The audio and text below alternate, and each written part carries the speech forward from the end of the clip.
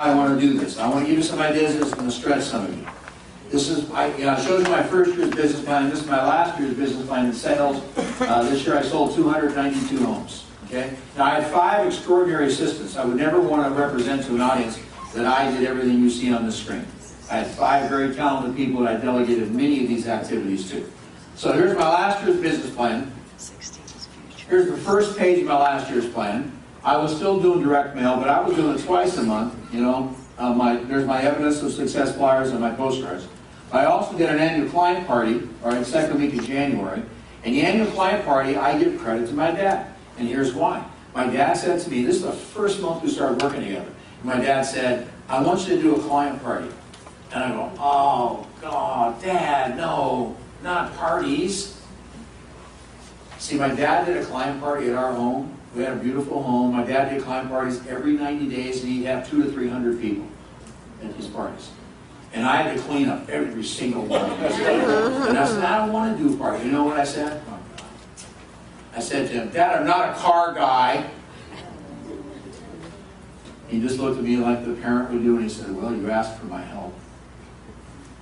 Okay, I'll do a client party. But you know what he said that totally turned me around? These next words he said to me. He said, Rick, you don't understand. They won't come unless they like you. I never thought of that. You hear what I just said? They won't come unless they like you. It is the safest environment you'll ever find yourself in. And so I had, I don't pretend to remember, too many years ago, 20 some people. My first client party cost me $100, wine, cheese, soft drinks, a little bit of, that kind of deal. And 2 or 3 of those people gave me what? Leads. And for 90 minutes I'm walking around, the only thing those people had in common was what? Me! I like that! Oh, he's such a nice guy. Oh, he did such a good job. I like that.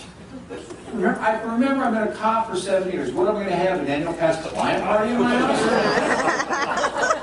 This is a whole new concept for me. I never missed a client party for the rest of my career. First one, 20-some people. My last client party, 1992, at the Reno Convention Center, I had 710 people. Client parties for me generated six-figure income in the first quarter of the year, the last half of my career. Movie nights. What's a movie night? 300 tickets. Forget that. Movie night. Get on the phone. Look, real numbers. I had this conversation last night. With an agent. And I said, we were talking about, she asked me about the movie night. And I said, it's a budgetary decision how many tickets you buy. If you can afford $200, you can buy 20 tickets roughly. And you get on the phone, you start calling. You call from the inside out, call the first person in your bullseye, and go to the movie Thursday night, you want to go. You got to know people. How many tickets? 2 of us, okay? Call the next person, 3 tickets. Okay, there's 5. And you make those calls until 20 tickets are spoken for. You understand what I just said to you? They all sit where they want. I stand in front of the theater, give them the tickets. They sit where they want, buy their own refreshments, leave when it's over. I send each one a handwritten note. You think some of those people sent me more business as a result, yes or no? So it got bigger and bigger and bigger. It took me 11 years to get to the point where I bought 300 tickets and bought out the entire theater. It didn't start that way. I loved movie nights. Landscaping certificates, 25% discount certificate mailed to my sphere. Here's the message on that. It took me 7 nurseries until I found Ed Peckham Garden Nursery. And I went to 6 first nurseries and I said, I got an idea. I want to give a certificate to my entire database, 25% off everything in your nursery, compliments of Rick Deluca.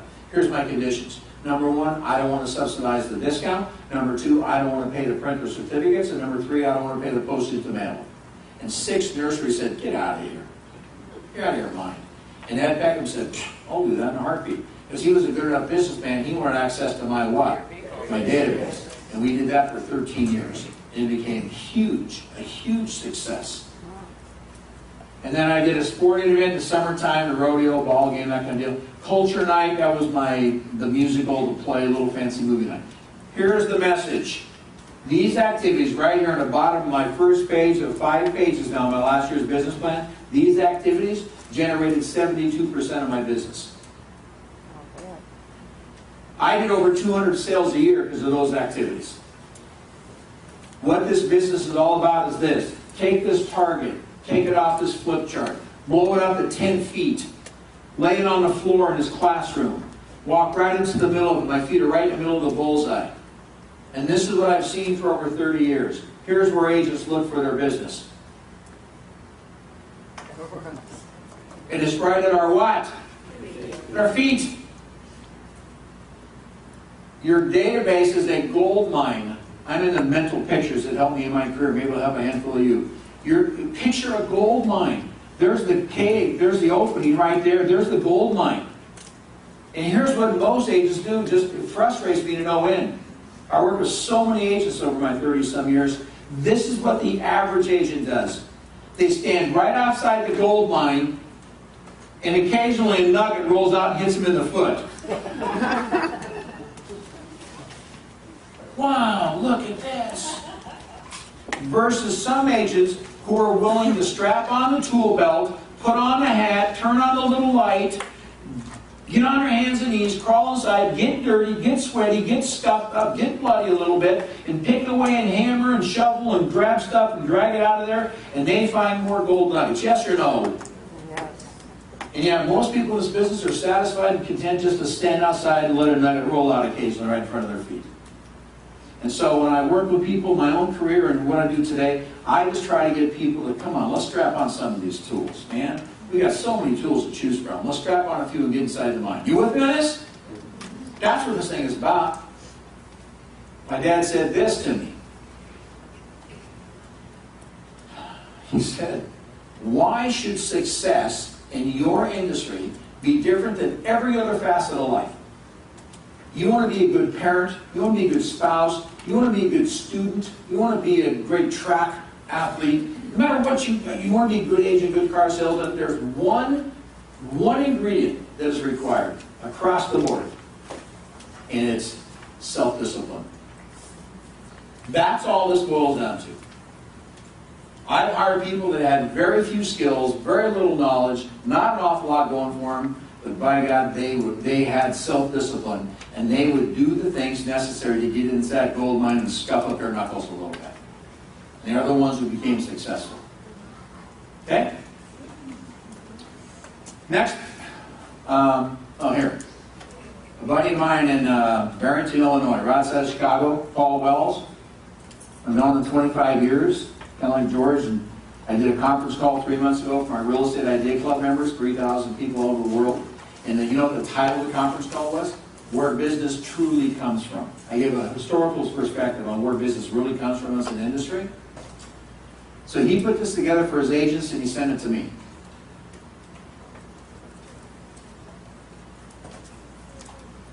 Hi, this is Paul Wells from Remax in Barrington. It's 1922 and we just came across some incredible statistical information. We found that last year, about 80% of our closed transactions came from past clients or referral sources. That's right, 80%. Oh. But I'll bet in the near future, with all the technology changes, things will be much different. By 2011, you'll find that about 80% of the closed transactions will come from past client or referral sources. Is it true? Yes. Those of us been around forever. It is. Some people just don't want to hear it. All right. Next page, my last year's plan. Here's all I want you to see. I got 5 pages of activities now, right? 200 plus deals a year. At the top of page 2, I'm still writing 10 notes a day and calling 10 people a day. All I'm going to say to you is this. I know you're tired of hearing some of you. It's the truth.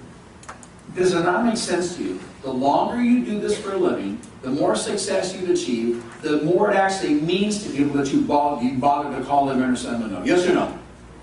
And yet the people who do a better job of those activities, the newer agents. And we got the most to gain from it. Just infuriates me. Next page, services provided. I gave you some of those things. Co-op agents, trying to go on with agents in my town. Next page, priority time. Here you go right there. Daily action plan. See under delegation? Daily action plan. That is my career. That is the #1 activity that led me to become one of the top 10 agents in the United States. It is the mindset that led our company to lead the nation in productivity. A daily action plan. Every single day I've got to have a written list of what I want to get accomplished that day. Every single day of my life. And I'm back operating. Not Saturdays, Sundays, that kind of thing, but Monday to Friday, every day when I start my work day, I have a list of what I got to get done. If I got 12 things on the list, and by the end of the day, I get 10, 11, 12 of them crossed off, I've had a successful day. Have I not? And yet, here's the nightmare. The nightmare lots of agents are living, including some of us right here in this room. You go out there, you bust your tail. You give it everything you got. You leave it all on the floor. You come home, you're done, you're cooked, your tank is empty. You cross the threshold of your home, here's what you're greeted with. So how many houses did you sell today? None, thanks for asking. Were you busy taking listings? Nope. So, was there a closing I didn't know about? No chance of that, no. Then he asked the question, well, here. So what'd you do all day? I have no idea, but I'm beat. I'll tell you that, I must be. Every day you gotta have a list. You gotta have a written list in front of you. You ever had a day where you just felt like this?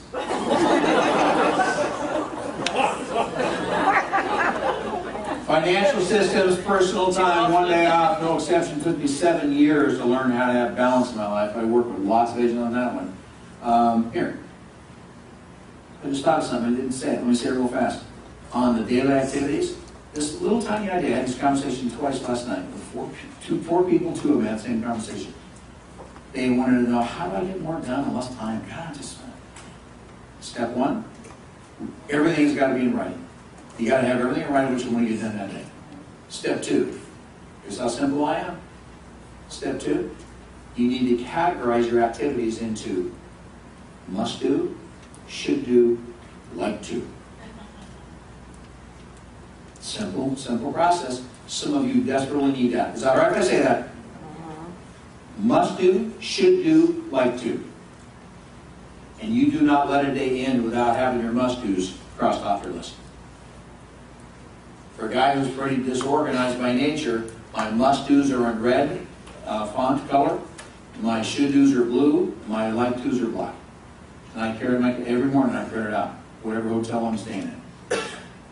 Because I know every single day, I know me well. I know most of you really well from this standpoint. Every single day, I think it's imperative that we have some degree, we have a sense of success or accomplishment or achievement. Yes or no? Every day. Every day. We need that. We deserve that. Last category, my business plan last year, the improvement category. I still went to a half a dozen seminars a year.